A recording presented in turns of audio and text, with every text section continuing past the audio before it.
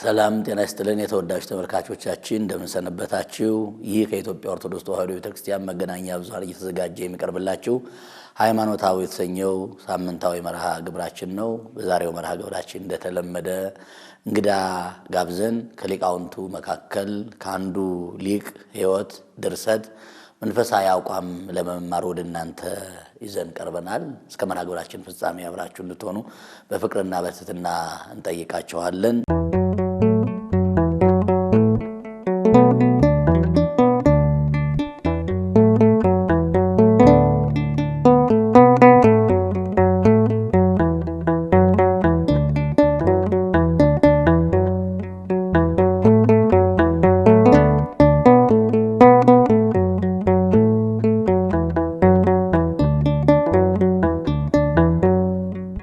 በዛሬው ዕለት እንዲያስተምሩን የጋበዝናቸው መምህራችን መጋቤ ሐዲስ መምህር እንዳልካቸው ነዋይ የጀሞ ደብረ ሰላም መድኃኔዓለም ቤተክርስቲያን ሰባኬ ወንጌል ናቸው። እንዲሁም ደግሞ በቤተክርስቲያን በአውደ ምህረት በተለያዩ አውደ ጥናቶች እየተዘዋወሩ የሚያስተምሩ በማህበራዊ ሚዲያ በአውደ ምህረትም በተለያዩ መንገዶች የሚያስተምሩ ለማህበራዊ ሚዲያችን በተለይ አዳዲስ ሐሳቦቹንና ትምህርቶቹን በማዘጋጀት ሥርዓተ ቤተክርስቲያን በማስጠበቅ ከሚታወቁ ወጣት መምህራን መካከል አንዱ ናቸው። ከእሳቸው ጋር ቆይታ እናደርጋለን። እናንተም አብራችሁን ሆኑ። መምህራችን እንኳን ደህና መጡ። እንግዲህ በዚህ ከኔ ጋር እንኳን እንግዲህ በዚህ አይነት መርሃ ግብር ስንገናኝ 2-3ኛ ቀናችን ነው። አሁን እንግዲህ በሃይማኖት አበው መርሃ ግብራችን በፊት በተከታታይ ሌሎቹን ነበር የምናብራራው። አሁን ደግሞ ከሃይማኖት አበው ያሉ ሊቃውንትን እያነሳን ለአድማጮችና ለተመልካቾች እያደረስን እንገኛለን። በዛሬው ዕለት እንግዲህ ያነሳ ነው ያዕቆብ ዘስሩግ ነው።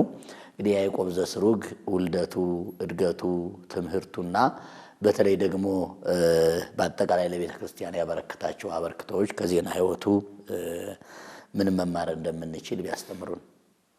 እሺ፣ እግዚአብሔር ይስጥልኝ። እንግዲህ በቤተክርስቲያናችን ቤተክርስቲያንን በሚገባ ካገለገሉ ብዙ ውለታ ከዋሉ ቤተክርስቲያንን በድርሰቶቻቸው ካስጌጡ ቅዱሳን አበው ሊቃውንት አንዱ ቅዱስ ያዕቆብ ዘስሩግ ይባላል።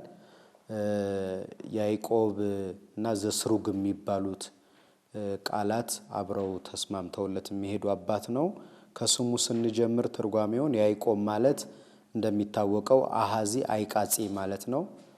የቀደመው ያዕቆብ ማለት ነው። በብሉይ ኪዳን የይስሐቅ የአብርሃም ልጅ ይስሐቅ የይስሐቅ ልጅ ሁለቱ መንታዎቹ ያዕቆብና ኤሳው ይባላሉና ያዕቆብ ሰኮና ኤሳውን ይዞ እንደተወለደ ይህም አባት በትምህርቱ የመናፍቃንን ትምህርት ያሰናክላል፣ ባጭር ያስቀራል፣ የኦርቶዶክስ ሃይማኖት ትምህርትን ደግሞ ያስፋፋልና ያዕቆብ በሚል ስም ተጠርቷል።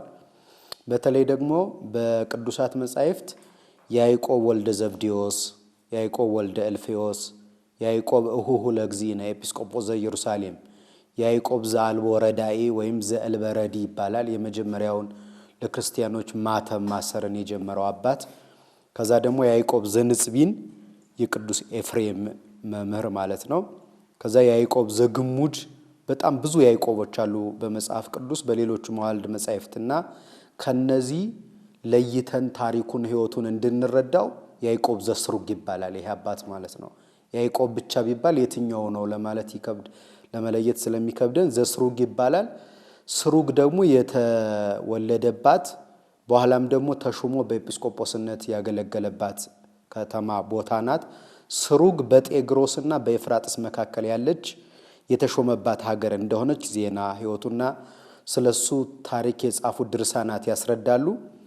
ቅዱስ ያዕቆብ ዘስሩግ በሜሶፖታሚያ ወይም መስጴጦሚያ በሚባለው ከተማ በኤፍራጥስ ወንዝ አጠገብ በጥንታዊት የስሩግ ክፍለ ግዛት በኩርታም በምትባል መንደር ተወልዷል። ወላጅ አባቱ የሶሪያ ሊቀ ካህናት ሲሆን እናቱ ደግሞ እጅግ የተከበረች ክርስቲያን ነበረች። ወላጆቹ መካን ስለነበሩ እናቱ ዘወትር ወደ ቤተ እግዚአብሔር እየሄደች እግዚአብሔርን ልጅ ይሰጣት ዘንድ ትማጸነው ነበረ።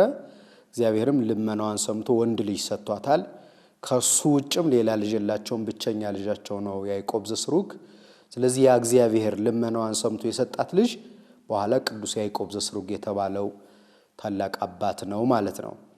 እና የቅዱስ ያዕቆብ ዜና ሕይወት ዘስሩግ ማለት ነው ሲነገር ሁልጊዜ በተለይ በቤተ ክርስቲያን ሊቃውንት ዘንድ በትርጓሜያችን የማንረሳው አንድ ትልቅ ታሪክ አለው። 3 ዓመት ሲመላው በተወለደ በ3 ዓመቱ እናቱ ወደ ቤተ መቅደስ ይዛው ሄዳ የቅዳሴውን ሥርዓት ይሳተፍ ነበርና ከናቱ እቅፍ ወርዶ ወደ ቤተ መቅደስ ይገባና የእግዚአብሔር መልአኩ ከእግዚአብሔር ዘንድ ተልኮ እንደ ዕዝራ ሱቱኤል ጽዋዕ ልቡና እንዳጠጣው በተለይም ደግሞ በወቅቱ ቅዳሴውን ያከናውን የነበረው ሊቀ ጳጳስ ጸጋ እግዚአብሔር እንደጠራቸው አውቆ በተለይ የወደፊት የቅድስና ሕይወቱ ተገልጾለት የጌታችንን ደም በጽዋው 3 ጊዜ መላልሶ እንደጋተው እንዳጠጣው ዜና ሕይወቱ ይናገራል። ከዚያ በኋላ ምስጢር ተገልጦለታል። እንደሚታወቀው በንጽህና ሆነው ለሚቀበሉት የጌታ ሥጋና ደም ምስጢር ስለሚገልጥ አባ ሕርያቆስም በቅዳሴው እሳት ማህያዊ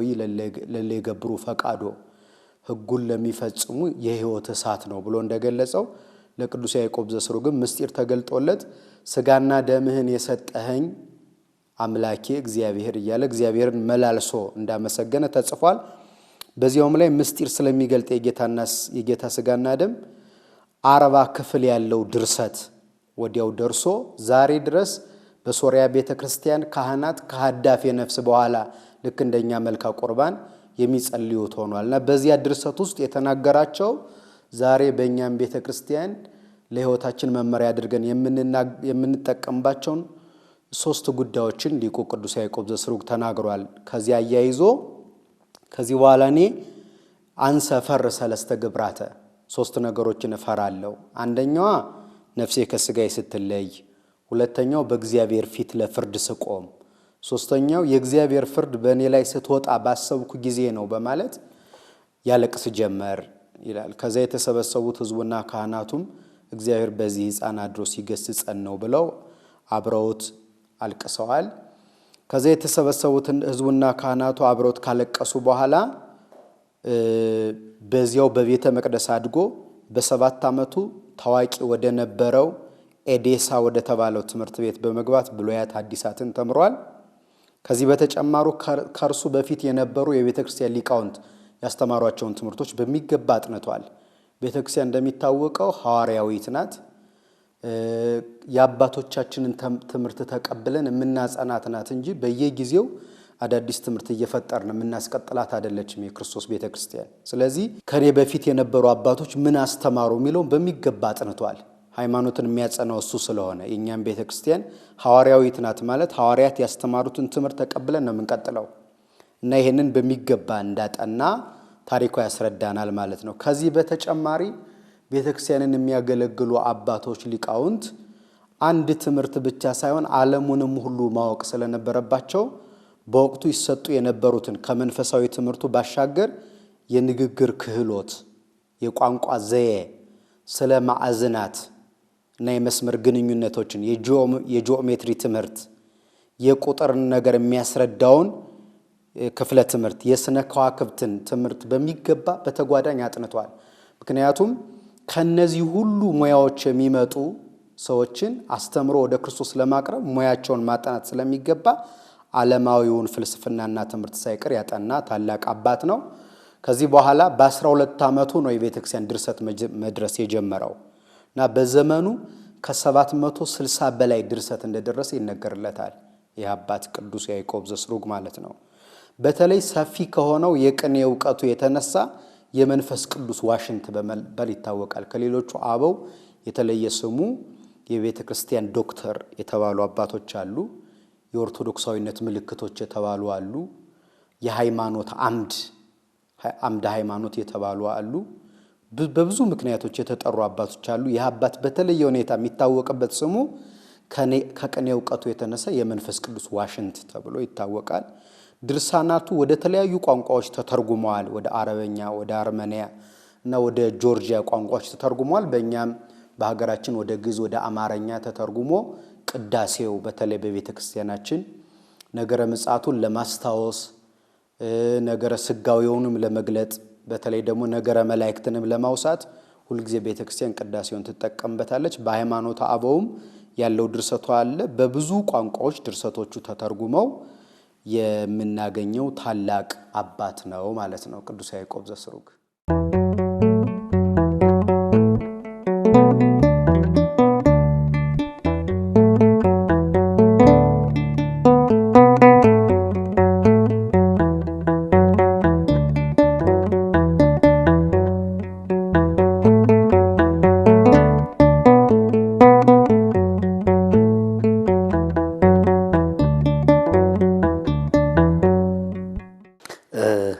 ያሰማልን መምህራችን። በተለይ የቅዱስ ያዕቆብ ዘስሩግ ዜና ሕይወቱ በጣም እጅግ የሚያስተምርና በቤተክርስቲያናችንም የተወደደ መሆኑን አስተምረውናል። እንደው ከልደቱ ከትምህርቱ ከመንፈሳዊ ሕይወቱ ትምህርቱን ካወቅን በኋላ ደግሞ መንፈሳዊ ሕይወቱና ሲመተ ጵጵስናው እንደው ምን ይመስል ነበር? በጵጵስና ወቅት የሰራቸው ስራዎችና ምእመናንን እንዴት ይጠብቅ እንደነበረ ቢያስተምሩን። በጣም ጥሩ። እንግዲህ በቤተክርስቲያን አባቶቻችን ዘንድ እንደሚታወቀው የትምህርት ሕይወታቸው እድገታቸው በራሱ መስመር የያዘ ሆኖ መምጣቱ በኋላ ለመንፈሳዊ ሕይወታቸው ጥንካሬና ለታላቁ ማዕረግ ለጵጵስና ሲደርሱ የክርስቶስን መንጋዎች በአግባቡ እንዲጠብቁ ረድቷቸዋል። በተለየ ሁኔታ የሚጠሩ እንዳሉ ሆኖ አሁን ቅዱስ ያዕቆብ ዘስሩግ ግን እንግዲህ ከልጅነቱ ጀምሮ ወደ ቤተ መቅደስ ገብቶ በልዩ ሁኔታ ሊቀ ጳጳሱ የክርስቶስን ደም ጽዋውን እስኪግተው ድረስ ከቤተ መቅደስ ያልተለየ ሕይወት ስለነበረው በዚያው አድጎ ምስጢር ተገልጦለት በቀና ሕይወት የኖረ ስለሆነ ከዚያ ሕይወቱን በጣም እያማረና እየፈካ ቤተክርስቲያን የምትከብርበት እየሆነ ነው የመጣው። በተለይ በመንፈሳዊ ሕይወቱ የሚታወቀው አንዱ በትህትናው ነው። የትህትና አባቶቻችን እንደሚነግሩን የምግባራት ሁሉ ምንጭ ናት። ትዕቢት የክፋት ወይም የኃጢአት ሁሉ ምንጭ ነው። ትህትና ደግሞ የበጎ ምግባራት ሁሉ ምንጭ ናት፣ መሰረት ናት። ስለዚህ ከእውቀቱ ውጭ በትህትና ሕይወቱ የተመሰገነ አባት እንደነበረ ዜና ሕይወቱ ይናገራል። በተለይ 22 ዓመት በሆነው ጊዜ አሁን የዕድሜ እኔ ሁሉን አውቃለሁ ከኔ የተሻለ ሰው የለም በሚል ሐሳብ በርካታ ሰዎች የሚፈተኑበት ዕድሜ ነው ይሄ። አሁን በዘመናችንም እንደምናየው ጥቂት ዕውቀት ያላቸው ወንድሞች በዚህ ዕድሜ ላይ ሲፈተኑ እናያቸዋለን፣ በሶሻል ሚዲያም በሌላውም ቦታ። በዚህ ዕድሜ ሆኖ ግን 5 ሊቃነ ጳጳሳት እንግዲህ የ22 ዓመት ወጣት ነው። ሊቃነ ጳጳሳት ታላላቆቹ 5 መጥተው ወደ እርሱ ከፊታችን ቆመህ አዲስ ድርሰት ድረስልን ሲሉት አሁን በእኛ ህሊና ቢሆን ምን አይነት ስሜት ሊሰማው ይችል ነበር? እነዚህ ሊቃነ ጳጳሳት መጥተው ከኔ ድርሰት የሚጠይቁ የተለየው ሰው በሆን ነው ብሎ ሊያስብ ይችል ነበረ። ግን ትሁት ስለሆነና መንፈሳዊ ስለሆነ ፍጹም የትህትና ሰው ነበርና ይላል አባቶች እኔ በእናንተ ፊት አዲስ ድርሰት መድረስ ይቅርና ያጠናሁትን ቀለም እንኳን አከናውኖ መናገር አይቻለኝም በእናንተ ፊት አላቸው። ከዛ እንዲህ ማለቱ ይላል ዜና ሕይወት ስለ ትህትና እንደሆነ እነሱም ማውቀዋል። እሱም ትሁት ስለሆነ ከእውነቱ ነው ያን ያላቸው። እነሱም ስላወቁ በቃ እሱን አይሆንም ካልክ አዲስ ድርሰት መድረስ አሁን እኛ ባለንበት ቤተ ክርስቲያን 40 እንስሳ በተለይ ነብዩ ሕዝቅኤል በፈለገ ኮቦር እንዳያቸው ሆነው አንገታቸውን ዘንበል አድርገው ተስለው ይታያሉና እነዚህን እሺ ተርጉምልን አሉት። ይሄንንስ ይሁን ክንፋቸውን ወደ ላይ ነብዩ ኢሳይያስ በትንቢቱ ምዕራፍ 6 ቁጥር 1 6 ክንፍ አላቸው፣ ሁለቱን ወደ ላይ ሁለቱን ወደ ታች ሁለቱን ግራና ቀኝ አድርገው በዙፋኑ ፊት ይቆማሉ ብሎ ነበርና ክንፋቸውን ወደ ታች ማድረጋቸው እነዚህ ቅዱሳን መላእክት ቀዳማዊነቱን ይመረምራሉ ያጡታል፣ አይደርሱበትም። ክንፋቸውን ወደ ላይ ማድረጋቸው ደግሞ ዳህራዊነቱን ይመረምሩታል ያጡታል።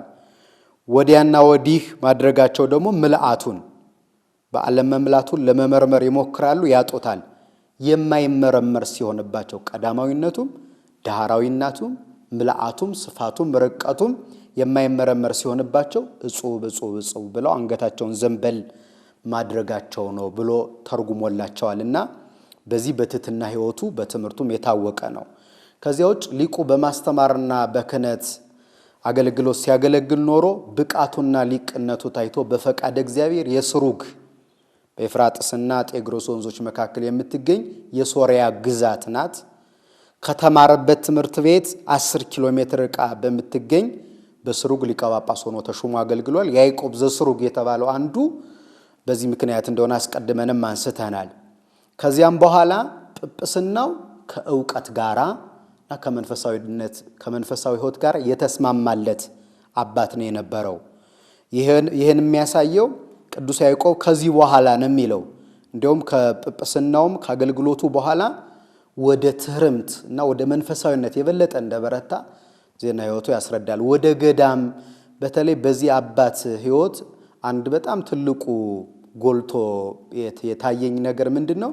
ከሊቀ ጵጵስናም በኋላ ወደ ገዳም የመግባት በዚያ መንፈሳዊ ሕይወትን የበለጠ የማጠንከር ሕይወት በሚገባ የታየበት አባት ነው። ትህርምተ አበውን የቀደሙት አባቶች የኖሩትን አኗኗር በሚበላው በሚጠጣው በሚለበሰው በሚተኛበት በሚኖረው በጠቅላላ ትህርምተ አበውን እጸ በገዳምን በገዳም ውስጥ እኔ ሊቀ ጳጳስ ነኝ ከሌላው የተሻለ ነገር ይቅረብልኝ ሳይል በገዳም ያለውን መከራ ሁሉ በጸጋ ተቀብሎ ያገለገለ ሕይወተ ቅዱሳንን በተግባር የተማረ እና ያንንም በሕይወቱ የገለጠ በድንግልናው ጸንቶ ጾምና ጸሎትን እያዘወተረ ኖሮ በሚገባ በሊቀ ጵጵስናውና በመንፈሳዊ ሕይወቱ የታወቀ ታላቅ አባት ነው ማለት ነው። ቅዱስ ያዕቆብ ዘስሩግ በዘመኑ የኬልቄዶንን ጉባኤ ማለትም በሶስቱ ዓለም አቀፍ ጉባኤያት የተወገዙ በጉባኤ ኒቂያ በቁስጥንጥንያና በኤፌሶን የተወገዙ መናፍቃን ተሰብስበው ጉባኤ ከለባት ይባላል። እንደሚታወቀው የመናፍቃን የውሾች ጉባኤ ነው። በዚያ ምክንያት ብዙ ጥፋት በቤተ ክርስቲያን ላይ መጥቷልና ያንን ጉባኤ በማውገዝ አንዱ ቤተ ክርስቲያን የማትቀበለውን ትምህርት ስርዓትና ቀኖና በመለየት ነው አባቶቻችን የሚታወቁትና አንደኛ ያንን አውግዟል። ሁለተኛ ብዙ መናፍቃንን ተከራክሮ ምላሽ አሳጥቷል። የዚህ በሶስተኛው በአራተኛው በአምስተኛው መቶ ክፍለ ዘመን አካባቢ የተነሱት አባቶቻችን በተለይ ዘመነ ሊቃውንት የሚባለው ጳጳሳት ናቸው። የቤተክርስቲያን ትምህርት በሚገባ ያወቁ ሊቃውንት ናቸውና አንዱ ቤተክርስቲያንን የጠበቁት መናፍቃንን ተከራክሮ ምላሽ በማሳጣት ነው። ምክንያቱም የሚመልስ መልስ የሚሰጥ ሰው ከጠፋ ክደት ይሰለጥናል፣ መናፍቃን ይሰለጥናሉ፣ ሃይማኖት ማጽናት ይከብዳልና በርካታ መናፍቃንን ተከራክሮ ምላሽ ያሳጣባት ነው። በወንጌል አገልግሎት መልካም እረኝነቱን አሳይቷል። ከኑፋቄ ከክደትና ከድንቁርና ምእመናን በመጠበቅ እረኝነቱን በሚገባ አሳይቷል። ሌላኛው ዛሬ የምንገለገልበትን መጽሐፈ ቅዳሴውን ጨምሮ በርካታ መንፈሳዊ ድርሰቶችን ቅድም እንዳልነው ከ760 በላይ ድርሳናትን የደረሰ አባት ነው። ይህ አባት ማለት ነው። ከዚያ በኋላ በመጨረሻ ከብዙ የተጋድሎና የቅድስና ዓመታት በኋላ ሰኔ 27 ቀን እንዳረፈ የታሪክ ድርሳናት ይዘግባሉ። ቤተክርስቲያናችን ቅዱስ ያዕቆብ ዘስሩግ ለቤተክርስቲያን የቁርጥ ቀን ተወዳጅ ልጇ ስለሆነ በሚገባ ታከብረዋለች። በዚህ ቀን ሰኔ 27 ቀን ገርል ስንክሳር ተጽፎለታል፣ ጽላት ተቀርጾለታል። በስሙ ብዙ ገዳማት ታንጸዋል። ከሁሉ በላይ ደግሞ ከቅድስናውና ከንጽህናው ብዛት የተነሳ ከመቃብሩ ዕለት ዕለት ብዙ ተአምራት የሚደረግለት ቅዱስ አባት ነው። ስለዚህ መንፈሳዊ ሕይወቱና በሊቀ ጵጵስና አገልግሎቱ ያከናወናቸው በጎ ስራዎች እነዚህ ነው የሚመስሉት። ቅዱስ ያዕቆብ ዘስሩግ በረከት ከሁላችን ጋር ይድረስ። መምህራችን ነው ቅድም አንድ ነገር ሲያነሱ መናፍቃንን ተከራክረው ይረቱ ነበረ። የጥንት አባቶቻችን አንድ መናፍቅ ሲነሳ ጥያቄ ያነሳል፣ በጉባኤ ቀርብና ከተረታ ይለያል። አሁን እንደው እንዲህ አይነት ነገር በቤተ ክርስቲያኒቷ ላይ ይታያል አሁን በዘመናችን። ለዚህስ የደረሰ ይኖራል? በእርግጥ በአባቶቻችን ዘመን ከነበረው ክህደት የተለየ ክህደት ብዙ አይመጣም። ክህደቱ ተመሳሳይ ነው። ያንኑ መድገም ካልሆነ በስተቀር በየዘመናቱ የሚነሱት ጥፋቶች ተመሳሳይ ናቸው። የሆነ ሆኖ ግን ከቤተ ክርስቲያን አንድ የሚጠበቀው ነገር ምንድነው? ክህደቱ ባይለይም ለዚያ ክደት አባቶቻችን ጠቅሰው የሰጡትን መልስ እየጠቀሱ ግን ለሚመጣው ትውልድ ሁሉ ጊዜ ማስገንዘብ ግን ይጠይቃል። ለምሳሌ አሁን በቤተክርስቲያናችን ከአምስቱ የሙሴ መጻሕፍት አንዱ ኦሪት ዘዳግም ነው። ኦሪት ዘዳግም ማለት የተደገመ ማለት ነው። ሌሎቹ ሕግጋት ተጠቅልለው የተጻፉበት መጽሐፍ ነው። ይህ የሆነበት መሰረታዊ ምክንያት አንደኛው ትልቁ ጉዳይ እስራኤል ሕጉን ይዘነጉታል። በሁለት ምክንያት ነው አንድ ነገር የሚደገም። አንደኛ የተዘነጋ እና በመዘንጋቱ ምክንያት በተግባር ያልዋለ ከሆነ እንዲደገም ይደረጋል። ሁለተኛ ደግሞ ያልሰማ ትውልድ የሰማው ትውልድ አልፎ ያልሰማው ትውልድ ይመጣል። ስለዚህ አሁን እየተነሳ ያለው ኑፋቄ ካሁን በፊት ተነስቶ የቀደሙት አባቶቻችን መልስ መስጠታቸውን የማያውቅ ትውልድ መጥቷል። በዚያ ላይ ደግሞ ወደ ኋላ ተመልሶ ታሪክ አገናዝቦ የሚረዳም ብዙ ሰው ስለማይኖር እንዲህ አይነት ክደት ካሁን በፊት ተነስቶ ነበረ። የቀደሙት አባቶቻችን በዚህ መንገድ ኦርቶዶክሳዊ መልስ ሰጥተዋል። ስለዚህ ይህንን መልስ ይዘን በሃይማኖት እንጽና የሚለው የሁል ጊዜም የቤተ ክርስቲያን ሥራ መሆን ያለበት ነው። ካለዚያ መልስ የሌላት እየመሰላቸው በርካታ ወጣቶች በየዘመኑ የሚነሱ ወጣቶች መልስ የሌላት እየመሰላቸው ዝም ሲባል ከሃይማኖት ወጥተው የሌላ እምነት ተከታዮች ሆነው እናገኛቸዋለን። እንዲሁም ከቅርብ ጊዜያት ወዲህ በጣም ብዙ ሰው ጋር የምናየው ቤተክርስቲያን እንደዚህ አይነት መልስ ነበራት ወይ እንዲህ አይነት ትምህርት አላት ወይ የሚሉ እኮ ያን የቀደመውን ትምህርት በየዘመኑ መግለጥ አቆመናል ማለት ነው። አንድ ነገር በነገራችን ላይ የማንሰራውና የማንፈጽመው የማናደርገው ከሆነ ሊዘነጋና ሊረሳ ይችላል። ለምሳሌ ቅዳሴ ላይ አሁን ጻኡኑ ሰክርስቲያን ይባላል። የክርስቲያን ታናናሾች ውጡ የሚለው ማለት ነው። አሁን ይሄ ቃል እንግዲህ አብዛኛው ሰው እኛም ጨምሮ ነፍስ ካወቅን ጀምሮ ከቤተ ክርስቲያን ሲወጣ የምናየው ሰው የለም። ጻኡ ሲባል የሚወጣ የለምና ለምንድን ነው ይሄ ቃል እዛ ላይ የተቀመጠው የሚለውን እየሰራን ካላሳየ ነው በስተቀር በተግባር የሚገለጥ ነገር አይኖርም። ጻኡ ግን በትምህርት ላይ ያሉ ሁለተኛውን የቅዳሴ ክፍል የትምህርት ክፍል ጊዜ ተምረው ከዛ ለጥምቀት ለቁርባን ያልበቁ ንዑሰ ክርስቲያን ወጥተው የሚሄዱበት ክፍል ነው ያ።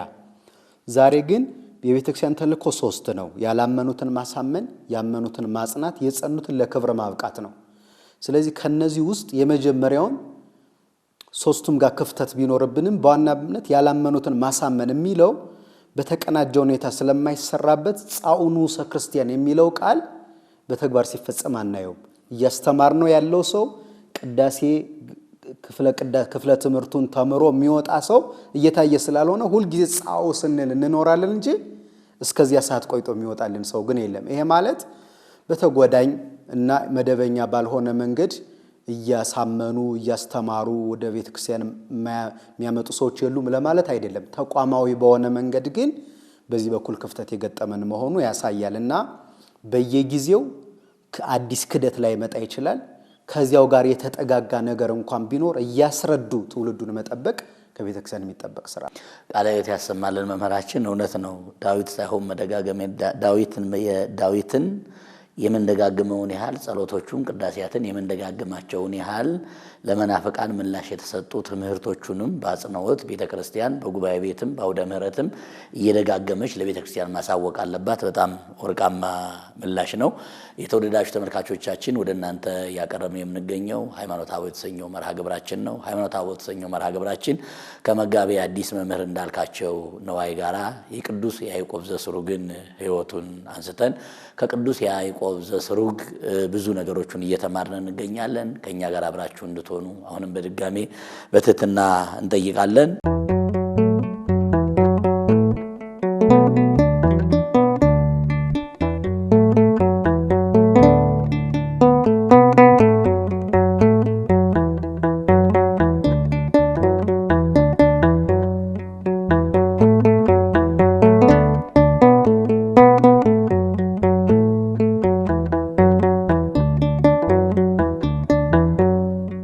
መምህራችን ቅዱስ ያዕቆብ ዘስሩግ እንግዲህ ብዙ ነገሮችን ብዙ ድርሰቶችን አንስተናል።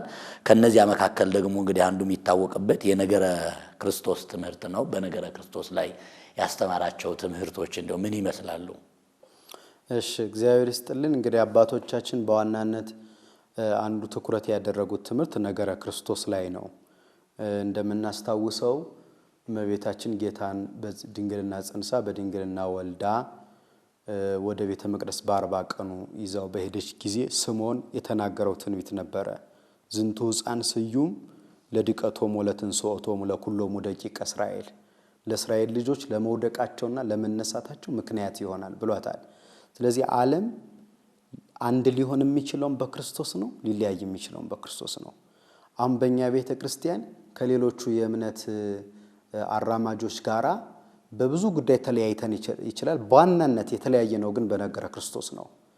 እሱ የማዕዘኑ ራስ ስለሆነ የልክ ቅዱስ ጳውሎስ እንዳለው እስመ ታነጽክሙ ዲበ መሰረተ ነቢያት ወሐዋርያት ወክርስቶስ ርዕሰ ማዕዘንተ ሕንጻ በሐዋርያት በነቢያትና በሐዋርያት መሰረት ላይ ታንጻቸዋል የማዕዘኑም ራስ ክርስቶስ ነው ብሎ እንደነገረን በሱ በኩል ከተስማማን ሌላው ጋር ለመስማማት አይከብደንም ነበር።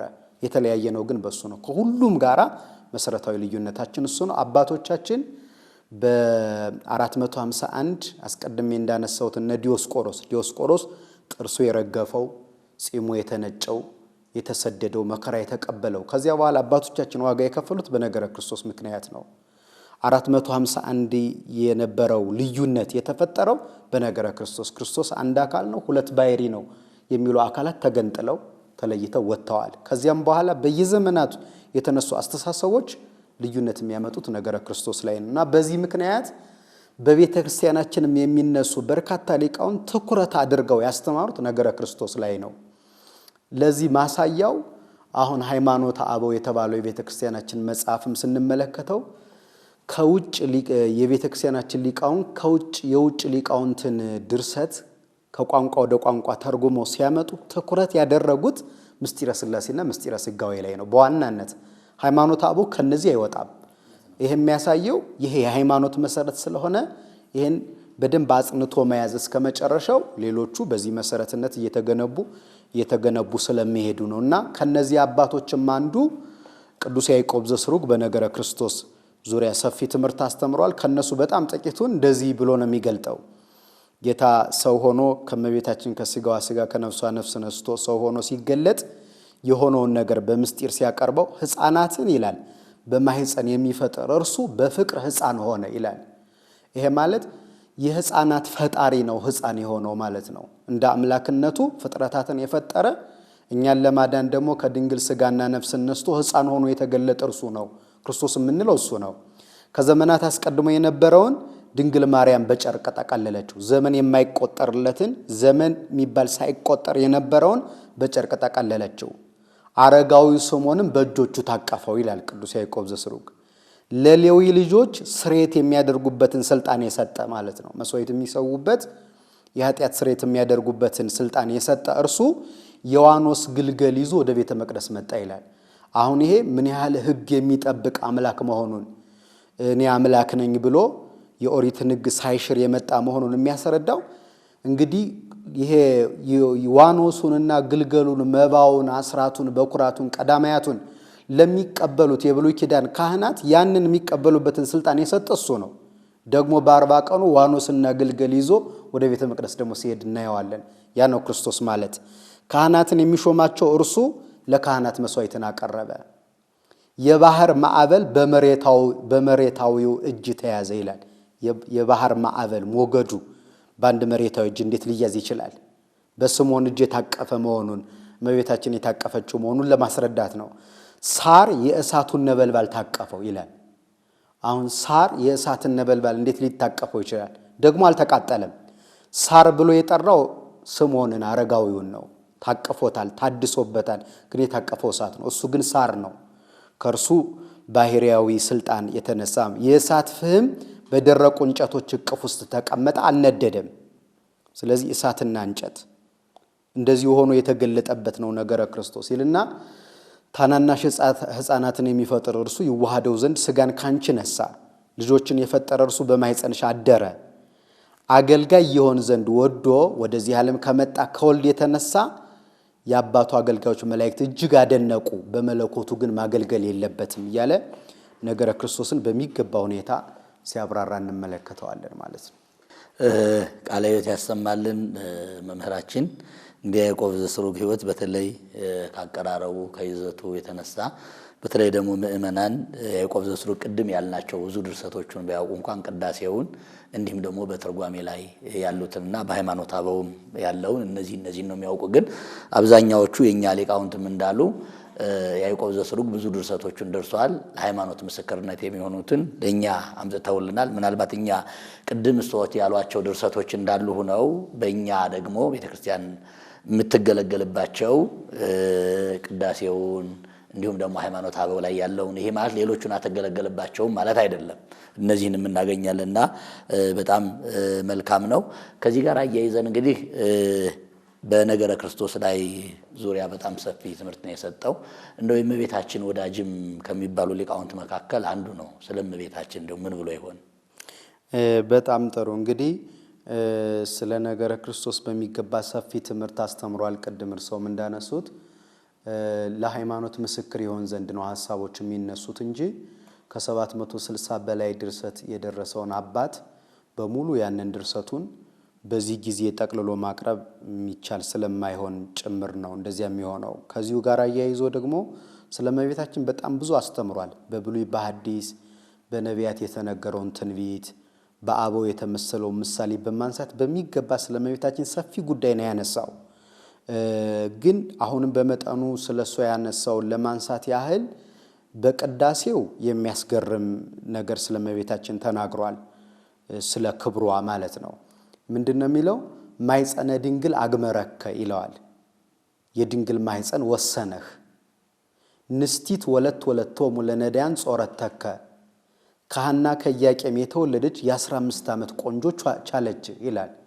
የሷን የንጽህና የቅድስና መጠን የሱን ደግሞ ለሰው ያለውን ፍቅርና ክብር በተመለከተ ሲገልጥ ንስቲት ወለቶሙ ለነዳያን ጾረተከ። አሁን እዚህ ውስጥ የነዳያን ማለት የድሆች ልጅ ናት። ደግሞ እመቤታችን እንዴት ከድሃ ቤት አደረ እንደ ምስኪን ከሰማያት ወርዶ የሷን ባህሪ ያደረገ እንደምንለው ከፈርዖን ከሄሮድስ ቤተሰብ አልተወለደም። በሰማያዊ ጸጋ ከምድር እስከ ሰማይ ድረስ ሊቁ ቅዱስ ያሬድም እንዳለው እንተ በምድር ስራዊሃ ወበሰማይ አይጾቂያ፣ ስሮቿ በምድር ቅርንጫፎቿ በሰማይ የሆነች ናት። በሰማያዊ ሀብትና ጸጋ የተትረፈረፈች ናት።